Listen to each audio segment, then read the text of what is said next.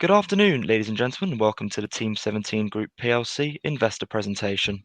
Throughout this recorded presentation, investors will be in listen-only mode.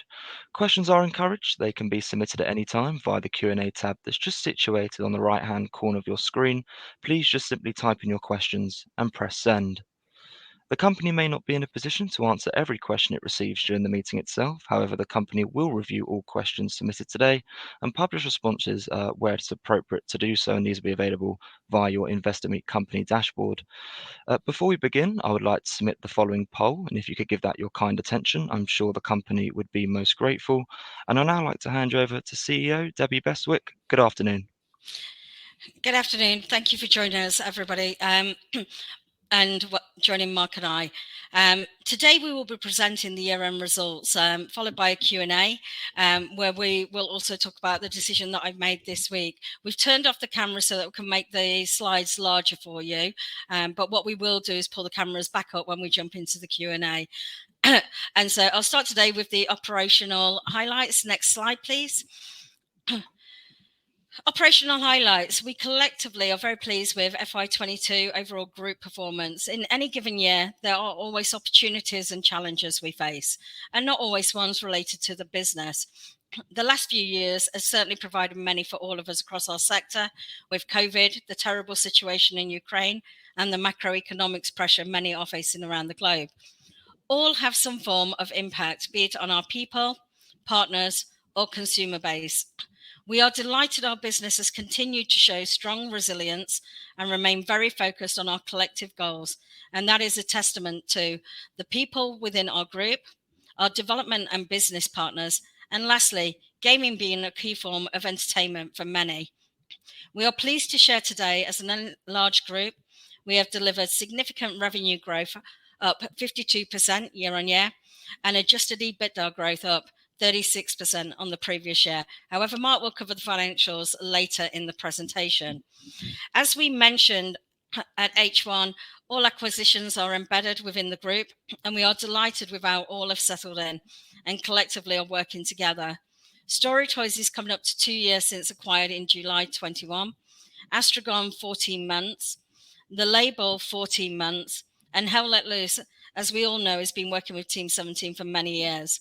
We are specifically proud of the performance of all M&A carried out over the 21 and 22 period, and the high quality of leadership that has joined us. FY22 saw 12 new releases and 6 on additional platforms across the group. As you know, we were more second half weighted than in previous years, and it's worth noting 7 of the 12 new releases were released in the last quarter of the year, along with 4 on other platforms. Titles to call out specifically from Team17's games label are Marauders, which was their biggest day one launch on PC to date, Dimesia, which performed very well, and similar Ship of Fools in the second half. From Astragon, key mentions, Construction Simulator, and Police Sim Patrol Officers, which launched on console and was very successful. Group own IP has grown significantly due to the acquisitions. In fact, 4 out of the top 5 selling titles in the group are now own IP, compared to 2 in FY21. That takes us up to 41% of all revenues are now own IP, almost double FY21. Our people. Headcount grew with 53 people added in January from the acquisition, plus then grew in each division over the year, adding a further 74 new team members. Attrition is now down from the peaks of FY21 and remains lower than the market average. Engagement survey pulse results as shared in September all showed improvements in Team17's games label. But to recap, overall engagement, 84%. Over 90% would recommend Team17 as a place to work. 94% say it's a safe and supportive place to work. They are currently running their next annual survey as we speak, and we will update later in the year. StoryToys also ran their first engagement survey, 82% engagement and 94% proud to be part of StoryToys. Astragon will run their first one this year, and we will share later in the year with you all. We'd always like 100% engagement. Sadly, not everybody wants to click on a survey, but we are trying our hardest to get that higher as well. Portfolio. The group now has its most diverse portfolio of owned, third-party and licensed IP to date, targeting the broadest audiences across multiple platforms with a clear deliverable roadmap ahead. FY22 saw a solid performance of back catalogue across the group, which now represents 3/4 of the total group revenues, delivering just under 100 million in FY22. With TEAM17's games label now looking after over 700 digital revenue lines and seeing double-digit growth in FY22 in their back catalogue. Story Toys model is very different, and as seen in FY22, no new apps were launched, but equally saw strong double-digit year-on-year growth. This is a testament to our lifecycle management and focus on maximizing revenue across the life of a game or an app. Now let me hand over to Mark for some of the financial highlights. Next slide, please. Thanks, Debbie. As Debbie mentioned at the start of her piece on the highlights, the enlarged group has delivered significant revenue growth in 2022, over 50%. Of the revenues, 137 million revenues, 44.2 came from the acquired businesses. But then on a like-for-like comparison, which includes all of digital and the second half of Story Toys, we showed a growth of 3%. And I think that's against the backdrop of a 4% decline in games market total, as outlined by New Zoo in their latest update. So this is a pleasing result for us overall, and especially when you consider we had a very heavily weighted second half with lots of launches. It made up more than 60% of the total year's revenue. Although that is now becoming a regular pattern, and it's becoming quite a norm in terms of the shape of the business in half year and second year splits. In terms of by division, the breakdown, we're very pleased with all divisions that outperform that challenging marketplace. The games label provided and does still provide the majority of revenues, with Astragon now making up 1/4 of the group. And Story Toys just a little under 10%, but growing, and we'll talk about that a bit later. A particularly impressive performance came from Astragon, most notably with Construction Sim, the latest version launching in September, but also Police Sim launching out of early access in mid-November, which definitely helped them push their performances well ahead of our expectations. As mentioned just shortly ago, Story Toys continues to be a growing part of our group, and as Debbie mentioned, build with no new releases, but building on their existing apps, and that demonstrates the value of their life cycle of longer term future growth, and you'll hear a bit more about that in later slides. Just as a note on TEAM17 games labels, TEAM17 USA business, what was the label, we acquired that in January. They released their first title, it's called Farmside, which is a mobile game, to Apple at the end of Q4.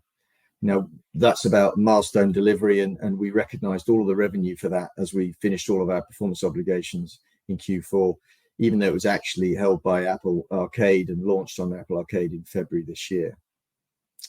In terms of own IP, Debbie mentioned a great performance, so it's up to 41% of revenues, which is almost double last year. It's really pleasing for us to see Astragon's performance growing their own IP titles compared to their prior year acquisition levels. And really, they benefited, as I mentioned, from the good success for Construction Sim and also Police Sim, but also there are other two apps that own IP titles, Firefighting Sim and Bus Sim. And just as a point here, we classify Story Toys as third party. Even though it's under license and they do all the development, it's probably somewhere in the middle, but it's part of that third party business section. So next slide, please. So keen to go a little bit more detail on the breakdown of new releases and back catalogue. There's a bit more coming, within each individual division, but so I'll try and steal all of Debbie's thunder. But overall, we're pleased with new releases. As Debbie mentioned, 18 in total, but 39 million of the revenues came from new releases, almost double last year's value, which these include completely new games that we bring to market, as well as existing games that we then launch out and release onto wider platforms, so taking them onto console or mobile as an example. So those 18 titles were made up of 12 new games, 11 of which came from the games label, which includes some great titles that you'll have seen, like Marauders and Thymesia, but also alongside Construction Sim from Astragon. It's worth noting that those new releases for the group were on sale for just over 200 weeks. So it's effectively a quarter of their maximum possible if they'd launched at the beginning of the year. And that compares to almost half the amount of time that new releases were on sale in the prior year. So again, reiterates it's not about being a hit-driven business. We build those new releases into the business, and then they become the back catalogue in future years to support ongoing growth. Story Toys performance was, as we said, all about their existing apps within their back catalogue. So it's all back catalogue growth. As mentioned, it's got a longer life cycle and a growth profile post-launch. It's particularly pleasing to see them growing, as Debbie said, but against a decline in the market of a mobile sector of 6%. And they also improved their position in the top 10 entertainment providers. In terms of the strength of the back catalogue, is now grown over 40% to just under 100 million. And it did clearly benefited from the acquisition of acquired evergreen back catalogue titles in Astragon, as well as Story Toys previously. And equally important, though, is the continued growth of the Team17's core back catalogue, which grew at double-digit levels. So particularly pleasing, I think, when you consider, they maintained that growth into the second half alongside a very heavily weighted new release program. I put the bottom chart in on this slide is to try and demonstrate a bit more about how we consistently build our portfolio out over time. It's done since the IPO, and it's cumulative, so it's the addition year on year to get to the end point. But I think it makes the point for me that we're not dependent on any one particular element, but really it's a combination of the development pipeline and bringing out new release launches. And then it's the next chunk, which is all about expert street smart lifecycle management, growing the back catalogue through additions of continued paid for and free DLC, alongside sort of smart promotional calendar and positioning on sale profile systems across Steam and on consoles. And then you can see at the top, more recently, adding in those acquired games and apps to broaden both the genre of games, but also the platforms that we sell across, and also the age range that back catalogue appeals to. So although it's cumulative, I think it does demonstrate that we build that back catalogue over time, and that it's not dependent on a solo title hit-driven model, and we effectively are able to monetize over a longer period of time. And if you think, for us, looking at the digital core business, that back catalogue, if I went back pre-COVID times, because we obviously saw everybody saw some benefits in the 2020 year with COVID, but the growth in the back catalogue since 2019 is something like 70% to where it is today. So demonstrates it's outperformed the market in that sense. And I think what we're now seeing is all of the CEOs of each of the three business divisions are sharing those lifecycle management skills across each business, and that's further helping to boost sort of that internal knowledge base and grow future value. So I'm going to hand back now to Debbie to go over the three divisions in a little bit more detail, recapping some of these highlights, but also looking at the outlook. So if you go on to the next slide, please. Thank you, Mark. Team17's games label, a solid performance for Team17. Hell Let Loose has continued to perform well in FY22 following the acquisition to make it an own IP title, and was the joint top-selling title in the group's back catalogue. Two owned IPs are in the top 5 titles by revenue in FY22, Golf with Your Friends alongside Hell Let Loose. Back catalogue, which we talk about extensively, was supported by over 30 DLC updates. If you don't understand DLC, let me just explain. This is downloadable content where we provide sometimes free, sometimes paid, but a lot of the back catalogue support is usually free content on the games label, and this is to increase engagement levels. And those 30 releases were released across 15 different titles, and this helps support the continued double-digit year-on-year growth for the games label. Despite new releases having less time on sale compared with the previous year, as Mark mentioned, we saw very positive signs over the final quarter, specifically the controls over discount levels in peak platform sales to protect future years' revenue earnings.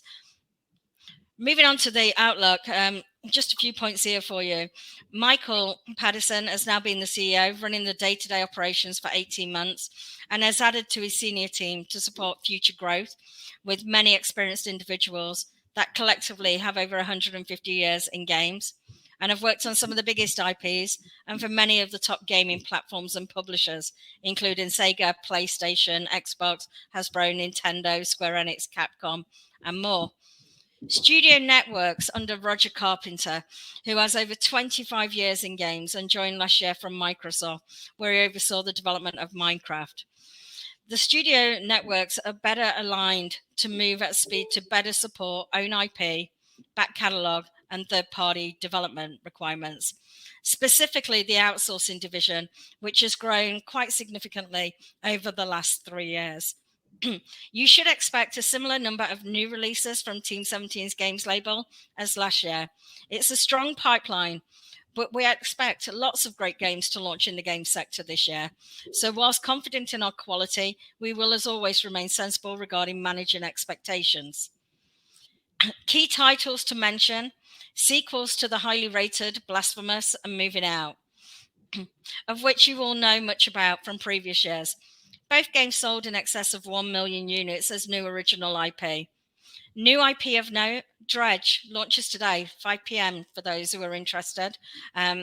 Those of you who follow Team17's games label closely, no doubt are seeing the review scores landing, some of the highest Team17's games label has received on launch day for a product. Equally, look out for Trepang 2, a very clever first-person shooter set in the future.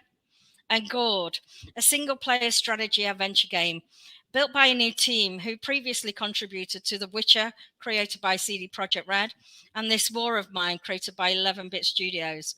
Alongside other announced titles, we still have a few unannounced and look forward to sharing at the right time. Team17 USA, Farmside, was a game we spoke about a year ago but couldn't name due to the platform confidentiality. The game is off to a good start. First few days metrics were better than any previous game launched by them historically at Team17 US. Their second title is due to launch in FY23. And again, we can't share the name due to confidentiality. And they are also well underway on other Team17 IP for future years. Back catalogue, as every year, we'll see a significant amount of support in free and paid DLC across the portfolio. Own IP specifically, Hell Let Loose and Golf With Your Friends will have numerous paid and free updates throughout 23. We look forward to sharing more throughout the year. Next slide, please. Astragon, a very busy and strong year from Astragon. Construction Sim was the #1 best revenue earner across the group in new IP launch last year. Also to help you, it also had 9 times higher day one concurrent users count on PC than the previous version launch. As per Team17's games label, they also controlled discounting levels in peak platform sales and is a good example of shared knowledge being used within the group. Alongside Construction Sim were releases on each of the other 3 own IP titles onto wider platforms, with a notable performance from Police Sim, which launched in mid-November on console and came out of early access. Bus Simulator launched on mobile and Switch in October, and Fire Sim launched on console in mid-December. Own IP accounts for 73% of Astragon's FY22 revenue, up from just under 50% in the previous year. And 2 of Astragon's titles are now in the group's top 5 selling titles. 4 very solid franchises now part of our group portfolio due to the acquisition. Regarding the outlook, strong executive leadership in Julia and Tim. They have been joint CEOs since 2017, and between the two, over 40 years experience in their niche area. More continued investment will continue in people, as it is a small team, to help them scale the third-party side that we announced last year, and also more investment into new owned IP. 3 of the 4 main own IPs will also see numerous paid, free content updates between Q2 and Q4. Select season passes will also be introduced for some titles for the first time. We're not naming those titles at this stage because they're not public. Existing IP will be launched onto more platforms this year. The third-party label signed their first game last year in Railroads Online. Expect more in this year. Astragon are incredibly creative regarding new IP in their space. Fire and Police Sim launched in 20 and 21. Expect more exciting new original IP in 24 and 25. Next slide, please. Story Toys. A robust performance in FY22, despite no new apps launched. Back catalogue benefited from a growing number of high-quality app updates. This totaled 200 in the year, compared with circa 120 the year before. This really demonstrates the life cycle of their apps. As an example, Lego Duplo Marvel app, which was launched in December 21, saw higher revenue in December 22. They have a very different life cycle to traditional video games. Significant growth regarding active subscribers, now over 300,000. And again, as an example, Lego Duplo Marvel generated more subscribers in in December 22 over December 21. Overall, delivering strong double-digit growth, which is a great performance given the 6% decline in the mobile market. More so, as Mark mentioned, gaining market share in the kids space. Extended a number of existing partner relationships with Lego, Disney, and Marvel.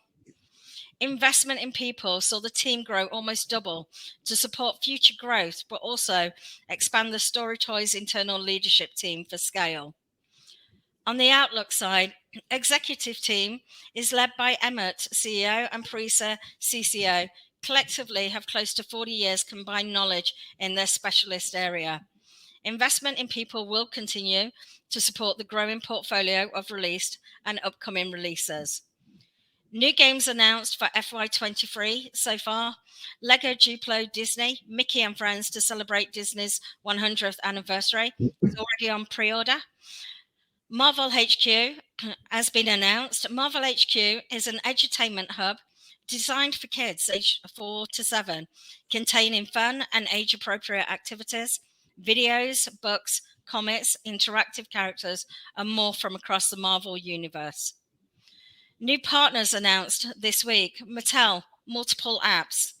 We can't share what they are at the moment because they're not announced yet, but trust me, they're good global brands.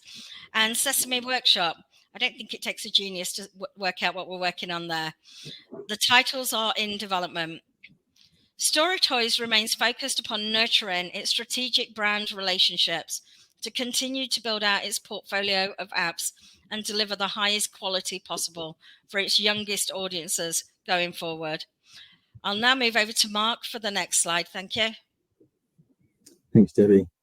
So just continue to some of the P&L and balance sheet highlights for the year. So gross profit linked to the growth in NIP, this increased slightly to 51%, with year-on-year growth of 53%, obviously benefiting from some of the acquisitions as well. But we get slightly lower royalties income from lower third-party sales, but also some higher amortization charges across the wider group, which does bring down some of the additional benefit from that growth in NIP. This is also alongside the mix of gross margins. So to give you some idea across the divisions, Astragon does have still 27% of its revenues through physical distribution products. So that is a lower margin element to it. And therefore, overall, their gross margins are slightly lower than the games label and Story Toys, which are at the same level. But overall, even despite that mix, we're maintaining very strong gross margins. In addition, we continue to deliver, as Debbie's talked about, some considerable free DLC, which is fully expensed through the cost of sales line, impacting gross margin, as well as ongoing support to live games now, such as Hell Let Loose. So those are all hit through the cost of sales, impacting gross margin. In terms of our admin expenses, we feel it's in terms of giving a true picture of the operating costs in the groups, we exclude the acquisition-related fees and charges and amortization of acquired intangibles. That totals just under 15 million, 3 times what it was last year, but that's linked to all of that increased M&A activity. The increase in FY22, then taking that out, includes just under 7 million costs associated with the new businesses. So Astragon and the label and half one of Story Toys flowing through. Noting that we brought in 53 team members and all of their associated overheads into the group at the beginning of the year on the label and Astragon. As a result, though, the underlying admin costs were up just a little over 4 million on the year, as shown in the slide. And these are mostly people driven, because it's as a business, we're people first, and people costs are a big element of our overhead base. And that came from predominantly the salary benchmarking, cost of living increases last year, and we made that clear in the March update, but also the overall addition of 74 new team members across the group throughout the year. Equally, we are back into live events, gaming events post-pandemic, not all of them, but quite a lot, and that's with some title marketing drove up some of the spend in that area. And then just a sheer factor of our scale, we've got increased costs and inflation on some of those professional and legal costs. But overall, despite those increases in costs, we delivered an impressive 36% growth in adjusted EBITDA, adding 13 million onto last year's earnings result at this level, taking us to 49 million. And as outlined, taking out those admin costs is still a very strong performance, and actually leaves us in a really great place, remaining highly profitable and growing, and delivers us, I think, a sort of best-in-class EBITDA margin. On to the next slide, please. So just thinking about the balance sheet, adding in those acquired businesses following the sort of careful due diligence process has meant that we've continued to support our very strong cash performance, with the cash conversion 108%, slightly up on last year. Very strong cash conversion, with close to 50 million in net cash from operations. Overall, the cash position dropped slightly, but that's a reflection of using our cash reserves for the first two acquisitions in January of the label and Hell Let Loose. But then following the equity fundraise, the funds to support the Astragon acquisition and other consideration payments made in 2022 meant we had a net outflow of 25 million, which still delivered us the position of just 50.8 million in cash at the end of the year. On adjusted EPS measure, we've delivered a very consistent 25% growth in EPS, adjusted EPS, over the last 3 years, delivering us to just under 28 pence, which is a 26% increase year on year. The EPS, the basic measure, does include all of the acquisition costs and the dilution, and it has gone backwards slightly, but those also include 9 million of one-off acquisition related costs, some of which link to the overperformance of Astragon in terms of higher earnouts and management incentive payments, which will reduce quite significantly next year and then disappear the year after. So whilst there's some acquisition costs flowing through this year in that measure, we expect this won't be the same as, say, going forwards, and we'll see improvement in the EPS in future years. In terms of other balance sheet highlights, clearly with the enlarged group, we've invested more in development costs that have been capitalized, and that's increased significantly. So partly that's due to a larger development pipeline and in title numbers within the games label. And some of those spends on titles are larger now. So you've heard about Gord as a new title coming next year. And that's seen within the games label, the amount of development costs capitalized double since last year. But the total also, the 26 million also includes, Astragon, which has larger development budgets, some 3 to 4 times higher than the historic games label averages. And because they have a longer life of development for Astragon, and they're developing complex, working simulation titles, so it's a bigger spend on their budgets. It's important to note these costs are not all capitalized for launches in the next year. They're also delivering future titles as well, so they're spread over a longer period of time. Linked with the acquisitions, obviously, we've seen some increase in intangible assets. So, added brand values, mostly through Hell Let Loose, but also some Astragon is put down to brand values, and they're over a longer life cycle because their evergreen nature is seeing these brands, and they're adding equally. Then we've added 22 million of acquired back catalogue games through Story Toys as well, on apps, as well as the games for Astragon, and then finally the balance, in goodwill, which gets reviewed each year. Trade receivables have increased with the group scale, but also Astragon do have some slightly longer payment terms, but they're all with major blue chip partners, and 90% of those are cleared by the time by this point already. So no concerns on that level. And then liabilities are significantly impacted this year in 2022 by contingent consideration linked to the earnouts. So 18 million of those, which appear in trade payables, are linked to earnouts realised for Astragon and for Hell Let Loose and the label in 22, and those are being paid in 23. And then a following 9 million, which will be due for this year into 24, subject to them meeting all the performance criteria, and those you'll see in other liabilities. But the key message for me is that we've done some really good M&A. It's added to our position. We had a very strong cash conversion and cash position in terms of cash generation, and we've maintained a very clean balance sheet. And that's now the same position moving forward is a solid part of the business for us, and we're really proud of maintaining that balance. So I'm going to hand back over to Debbie, I think, to summarise. Thank you, Mark. Across the divisions slides, I've shared quite a bit on Outlook. So I just want to recap how this all comes together regarding the group Outlook focus to help. People, highly experienced teams led by very knowledgeable and exceptional CEOs, delivering across all three divisions, continued investment in people. IP portfolio, owned, third party and licensed, a very exciting lineup of FY23 releases and more in future years, alongside a very valuable and growing back catalogue, reaching a wider audience of players with our biggest and most diverse portfolio of content to date.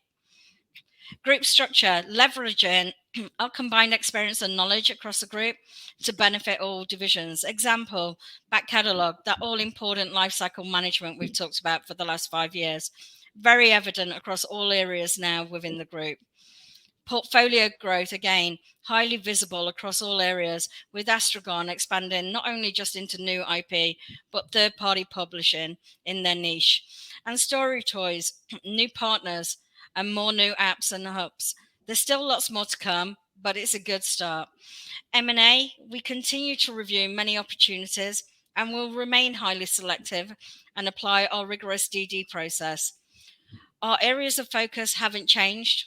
IP ownership, additional resources where needed in development support functions, where we see a need alongside our use of outsourced capability. Consistent delivery. We take huge pride in our track record of delivering organic and acquisition growth. This is always a key focus. The resilience and strength of our group portfolio model is testament to the business we are today as a group. I'd like to thank you all for that before handing back to Mark, who will run the Q&A. Thank you all. Debbie, Mark, that's great. And if I may just jump back in there, and thank you very much indeed for your presentation this afternoon. If I may, I will just bring back up your cameras there as well. Ladies and gentlemen, please do continue to submit your questions just by using the Q&A tab that's situated on the top right-hand corner of your screen. But just while the team take a few moments to review those questions that were submitted already, I would like to remind you that a recording of this presentation, along with a copy of the slides and the published Q&A, can be accessed via your investor dashboard. Debbie, Mark, we did receive a number of pre-submitted questions ahead of today's event. And as you can see there in the Q&A tab, we've also received a number of questions throughout your presentation this afternoon as well. So firstly, thank you to all of those on the call for taking the time to submit their questions. And Mark, perhaps if I may hand back to you to chair the Q&A session, and then I'll pick up from you at the end. Thank you. Thanks, Jake. Debbie, I guess the inevitable first question is to you. What's your reasons for the announcement in terms of your intentions to step down as CEO, but continue to work with Team17? And then is it personal, or were there any other internal pressures or external pressures for you to do that? Okay.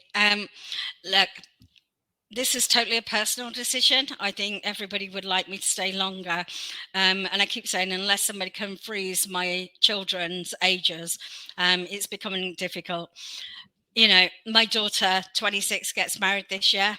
I don't know where that time has gone. And my son starts GCSEs, and I've got a few years before he goes away to university. It's totally a personal decision.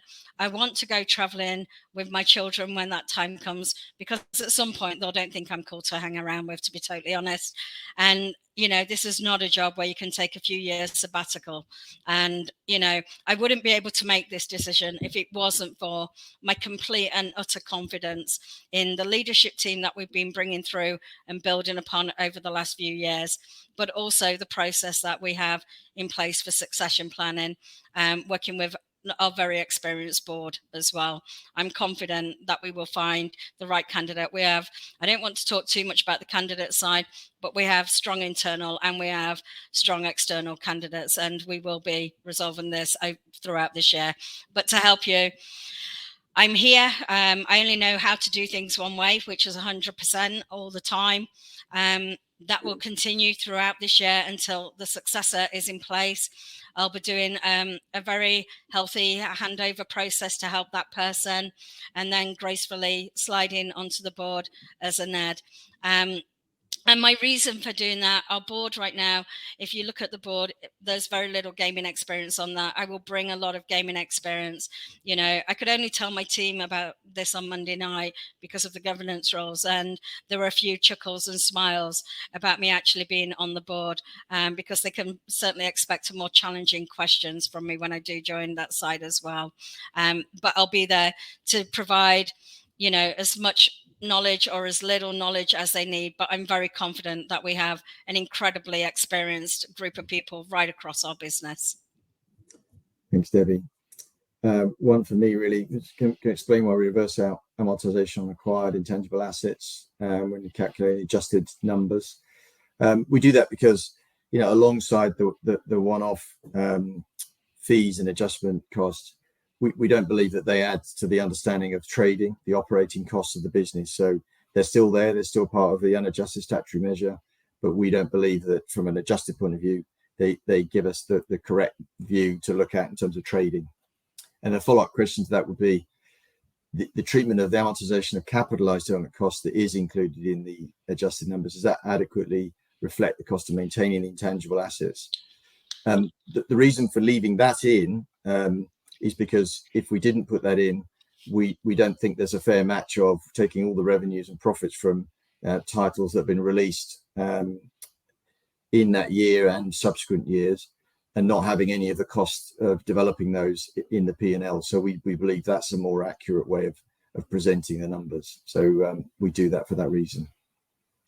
Debbie, there's two that are kind of linked, which I'll give to you. It's around strategy and future. And first part is really, will the strategy on focusing on in indie games change as the company grows? And then a tag onto that, if it's possible to answer with a bit of a crystal ball, is where do you see the company in 5 years' time? So they're kind of linked. Okay, to answer the first part regarding indie, we're talking about TEAM17's games label specifically here, not the wider group. That strategy absolutely will not change. It's part of the DNA of everything that I believe in, but more importantly, what Michael and the team are building in there. So we will always be a part of that space. We're firm believers in the creativity and the innovation that comes from that area. Regarding the company over the next 5 years, I'd say look at the last 5 years. If you want a crystal ball, we can't promise that. I think the bigger question actually is where the industry will be in 5 years' time. A lot of what we do at TEAM17 and across the group here is very much focused on content. It's about building that portfolio. We have a very diverse portfolio, many different genres, but equally different age groups as well. When we talk about story toys, this is preschool children that come in from around 1.5 years old. You look at Astragon, it's quite a mix in Astragon's area, but you've got young children from about 6+ who are playing some of those simulations, who aspire to be a firefighter when they grow up, aspire to be a police person when they grow up. but equally, you've got the hardcore hobbyists that are very focused on, things like bus simulator and construction simulator. They're hobbyist areas, but also they cross over quite strongly into the mainstream a little bit, and they age all the way up to 70 years old there. And TEAM17, as you know quite well, we have our family games, all those games from Worms to Overcooked, golf with your friends, etc. We have the brand new original indie games that we launch every year. We have the more mature age games such as Blasphemous, Hell Let Loose, Marauders, and so I would look at it in terms of our strategy is all about building content portfolio for the widest audience as possible. And I hope that helps you in terms of where we think, because I think that's going to be a very key part over the next 5 years in terms of how broad, wise, and strong is your portfolio. Thanks, Debbie. One I'll answer, which is after a hectic period of acquisitions, looking back, would you have done anything differently? Has anyone exceeded your expectations? And look, I think I could talk for Debbie and I. We're a small team at the group level, and we never planned them all to happen at the same time. And if we could have had a way of spreading them out, we would have done. But would we have changed anything about the deals we did? No. I think we've done some incredible deals, and not just because of the value that the financial value that they've added, but as Debbie's pointed to in her slides and just now, it's about building. We've created a really strong leadership team with some experts, real experts in their field, at CEO level and below that within their teams, that are really adding tremendously to the knowledge within our group, and they're sharing best practice and skills and experience across the group. So that's between Michael in TEAM17 digital and games label, it's with Emmett and Parisa in Story Toys, and also Tim and Julia in Germany. They're all really excellent and experts in their fields, and they're a pleasure to work with. I think we've pointed to that they've all done very well. It's a horrible phrase, isn't it? But they've all done exceptionally well post acquisition. I think we pointed to the fact that Astragon really had a tremendous year last year in terms of their financial results, and exceeded the expectations financially. I think Story Toys are now doing things that you'll start to see the benefit for in the next couple of years in terms of the license agreements that they've signed that we talked about in the RNS and earlier, in terms of Mattel and Sesame Street. So that's great as well. And then the label was always a growth business for the future. And there's a question about that, which we'll come back to in a second. Debbie, in fact, why don't we do that? So Debbie, what are your plans for growth in the US? And then you can perhaps carry on with the label piece and where that fits. Okay. It's hard to know specifically what that relates to, what is growth within the US. I mean, a large amount of our revenue is from the US, when you break down our business, by area. If you're looking at investment into acquiring more US-based businesses, I think this ties into the part that Mark spoke about previously. I think we firmly believe it's very easy for anybody to do M&A. To do great M&A is incredibly difficult, and we're very strategic in how we look at what we want part of a group and how we work that. And if it so happens that they're in America, that they will be in America. There is nothing that changes our perception of one country over another country. It comes down to great business, to be honest. Great, thanks, Debbie. There's one that's kind of tagged a bit to the M&A part, which I'll just touch on now. So we're planning to slow down the acquisition pace this year, given the sizable recent acquisitions, chance to integrate them fully in the group. The answer to that is, we did take a short break at the beginning, post those acquisitions, but actually, I think you've heard us talk about, it was a very light touch integration. We acquired businesses with extremely experienced management teams and leadership teams that have been running their businesses for many years. And so, actually the integration has been all about the people, and then, bedding them down and giving them the support and the sort of encouragement and inspiration to go and be great at what they do. So, the M&A side on behind that, we continue to see opportunities. None of them have been of the sort of scale that we would want to, get involved with in the last year. We'll continue to look at M&A going forwards as and when it comes up with the right opportunity. Debbie, one perhaps for you about is retaining talented individuals and employees and team members a struggle? I think, look, our attrition levels are pretty good, but I think, I look and go, our EBT scheme, I think 99.999% of our employees are all shareholders. That's very important.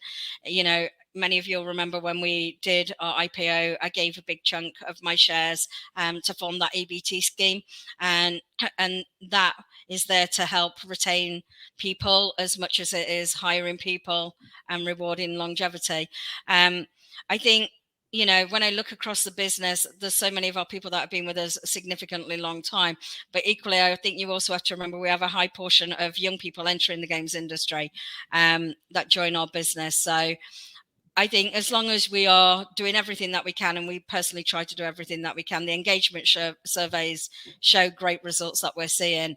But I would say to you, it is one of those things where the day that we say that we've done enough on anything relating to our people is the day that we fail. We must continue, always keep focused on that area. Thanks, Debbie. And the final question, there's a couple coming through. So I'll do the first one. So we've talked about continuing to invest in the team to support StoryToy's growth ambitions. So how much investment and where will it be spent? So I'm not going to go into details of value investment, but the investment in StoryToys, as you heard, will be all around supporting the ability to develop those additional licenses that we've talked about in terms of Mattel and Sesame Street. So that will go into developing future IP in terms of the apps, and then ongoing app updates throughout the year. So it just to reassure people, it is their level of investment is not the same as a Astragon level, and it's not the same as the average that would go into a third party or own IP title within the games label. They have some incredible engines that they've created for their existing apps that they can utilize across new apps in certain places, but they're very efficient at what they do. So it's nothing to be concerned about that it's going to seriously impact in terms of cash and stuff, but it's investing in their infrastructure around development to be able to support the long-term future value through their apps. And then Debbie, then how do you incentivize key personnel in your acquisitions? And I'll come to the second part rather than because it's a long. I'm going to say I can read it, Mark. Don't worry. Okay, yeah. William, thank you for the question. How do you incentivize key personnel in acquisitions? It's a big part of our due diligence, to be totally honest. What we come across when we acquired Astragon, as a good example, the management team didn't actually have any equity in the business, despite they've been running the business since 2017. We worked incredibly hard to build a management incentive plan for that team over a 3-year period. We can't share the details of that, but it's very important. But also, we do a huge amount of work in that DD process regarding cultural fit on a people side as well. And we look for very entrepreneurial thing. What I can say to you about Tim and Julia, they're incredibly entrepreneurial, in the same way that Emmett and Parisa are. And it's about making sure that we do have incentives in place. We've got good earn-out management incentive plans in place, but equally, it's not always money that is a driver for some of these people. It's actually building their ambitions, and we're helping them build what they'd love to build as part of our group. Okay, so I think that draws to an end the questions, and I'd just like to thank everybody that's taken the time to dial in and join Debbie and I today.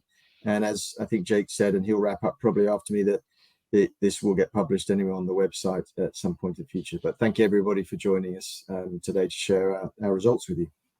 Mark, that's great. And Debbie as well, thank you very much indeed for updating investors this afternoon. And absolutely, the recording will be available on the Investor Meet Company platform in about an hour's time. So could I please ask investors not to close this session, as you'll now be automatically redirected for the opportunity to provide your feedback in order that the management team can better understand your views and expectations. This will only take a few moments to complete, but I'm sure will be greatly valued by the company. On behalf of the management team of Team17 Group PLC, we would like to thank you for attending today's presentation. That now concludes today's session, so good afternoon to you all.